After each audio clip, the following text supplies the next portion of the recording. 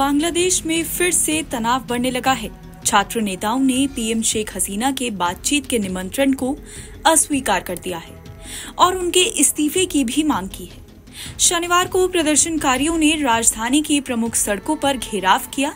ये विरोध प्रदर्शन ऐसे समय में हो रहा है जब कुछ दिन पहले ही कोटा विरोधी प्रदर्शनों में 200 से ज्यादा लोगों की मौत हो गई थी। बांग्लादेश में बीते दिनों पुलिस और छात्र प्रदर्शनकारियों के बीच हिंसक झड़प हुई थी।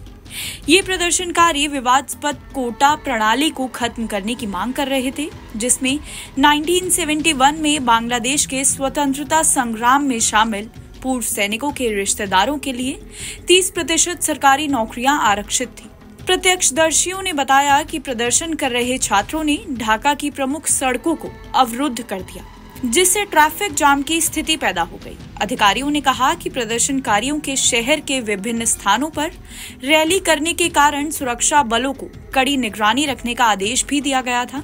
छात्र आंदोलन के एक प्रमुख समन्वयक नाहिद इस्लाम ने यहां सेंट्रल शहीद मीनार में एक रैली को संबोधित करते हुए कहा कि हम सरकार और फांसीवादी शासन को समाप्त करने की मांग कर रहे हैं, इसलिए हम छात्र विद्रोह का आह्वान कर रहे हैं।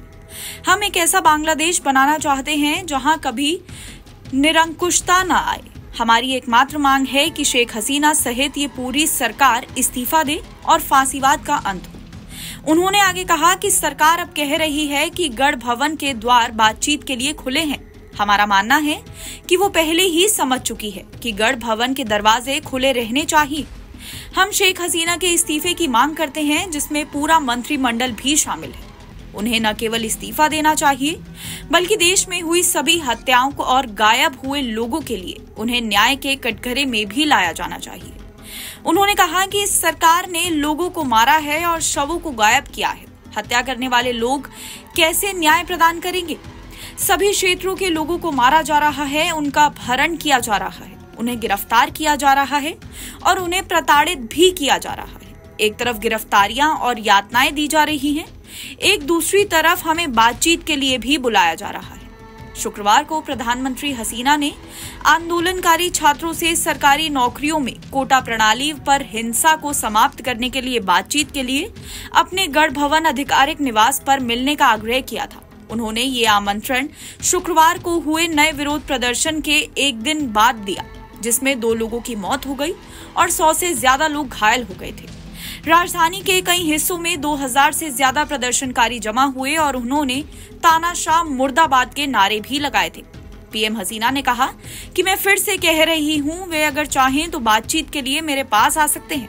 वो अपने अभिभावकों को भी कभी भी साथ ला सकते हैं। गढ़ भवन का दरवाजा खुला है, मैं उनकी बात सुनना चाहती हूँ, मैं संघर्ष नहीं चाहती।